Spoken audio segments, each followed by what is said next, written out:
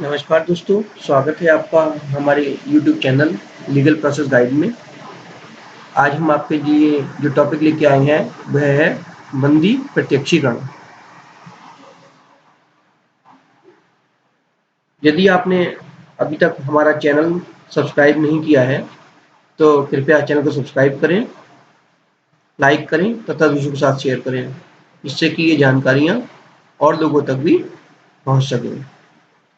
साथ ही bell icon भी दबाएं, जिससे कि आने वाले वीडियो की नोटिफिकेशन आपको शीघ्र ही प्राप्त हो सके। आइए जानते हैं बंदी प्रत्यक्षीकरण रिट के बारे में। बंदी प्रत्यक्षीकरण का अर्थ होता है बंदी को न्यायालय के समक्ष उपस्थित करना। यह रिट किसी भी अवैध रूप से गिरफ्तार व्यक्ति को न्यायालय के परीक्षण हेतु न्यायालय के समक्ष प्रस्तुत करने के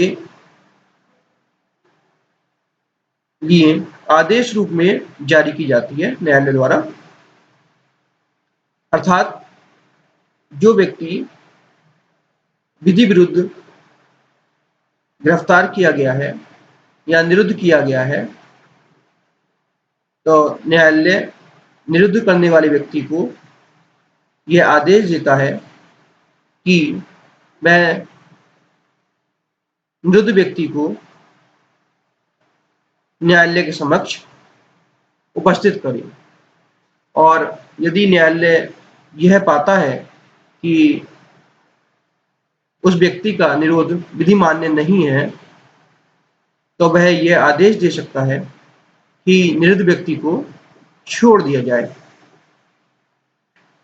इस रूट का उद्देश्य वास्तव में अवैध रूप से निरुद्ध व्यक्ति को तुरंत रिहा करना है।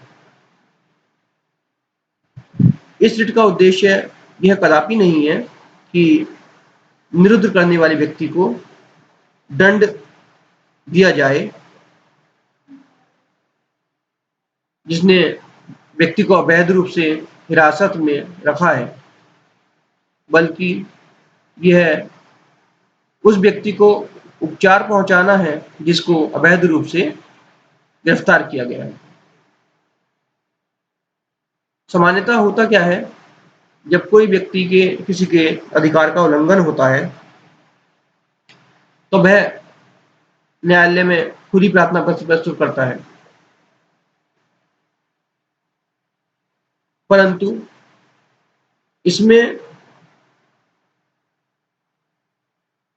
उस व्यक्ति का, जो व्यक्ति निरुद्ध किया गया है, कोई मित्र, रिश्तेदार, संबंधी या कोई सामाजिक कार्यकर्ता, संगठन, कोई भी व्यक्ति जो उस व्यक्ति का हित चाहता है, न्यायालय में रिट दाखिल कर सकता है। जैसा कि मूल अधिकार का उल्लंघन होता है, तो याचिका अनुच्छेद 32 के अंतर्गत उच्चतम न्यायालय के समक्ष तथा अनुच्छेद 226 के अंतर्गत उच्च न्यायालय के समक्ष प्रस्तुत की जा सकती है। परंतु बंदी प्रत्यक्षीकरण की याचिका पीड़ित व्यक्ति के अतिरिक्त कोई अन्य व्यक्ति भी दाखिल कर सकता है। इसके लिए यह शर्त आवश्यक है कि जो निरुद्ध व्यक्ति है उसका निरोध प्रथम दृष्टया अवैध हो, यानी कि अनुच्छेद 22 के उपबंधों के उल्लंघन के किया गया निरोध अवैध माना जाता है। ऐसी दशा में यह रिट जारी की जा सकती है। निरुद्ध किए जाने वाला व्यक्ति यदि 24 घंटे के अंदर मजिस्ट्रेट के समक्ष प्रस्तुत नहीं किया जाता है, तो उस व्यक्ति का निरोध अवैध हो जाता है और ऐसी दशा में ये रिट जो है जारी की जा सकती है। दूसरा, याचिका की सुनवाई पर जब ये याचिका दाखिल की जाती है, तो उस समय उस व्यक्ति का निरोध विद्यमान होना चाहिए, अर्थात वो व्यक्ति उस समय तक अभिरक्षा में होना चाहिए, गिरफ्तार होना चाहिए, जिस समय रिट जारी की जा सकती है। क्योंकि यदि व्यक्ति पहले ही छोड़ा जा चुका है, तो रिट दाखिल करने का कोई मतलब नहीं है। तो आशा है आप लोगों को दी गई जानकारी पसंद आई होगी। इसी प्रकार के महत्वपूर्ण मुद्दों के लिए, टॉपिक के लिए आप हमारे साथ बने रहिए।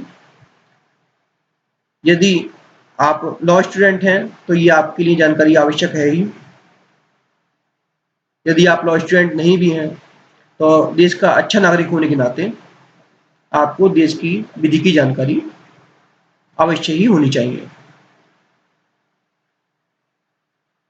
यदि आपका कोई कमेंट या सुझाव है तो आप हमें कमेंट सेक्शन में जाकर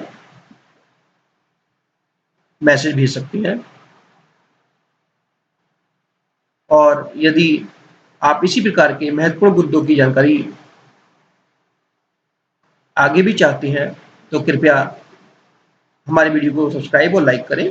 इससे हमारा मनोबल बढ़ता है और हम इस प्रकार की वीडियो बनाने के लिए प्रेरित होते हैं। धन्यवाद दोस्तों, फिर मिलेंगे अगले वीडियो में।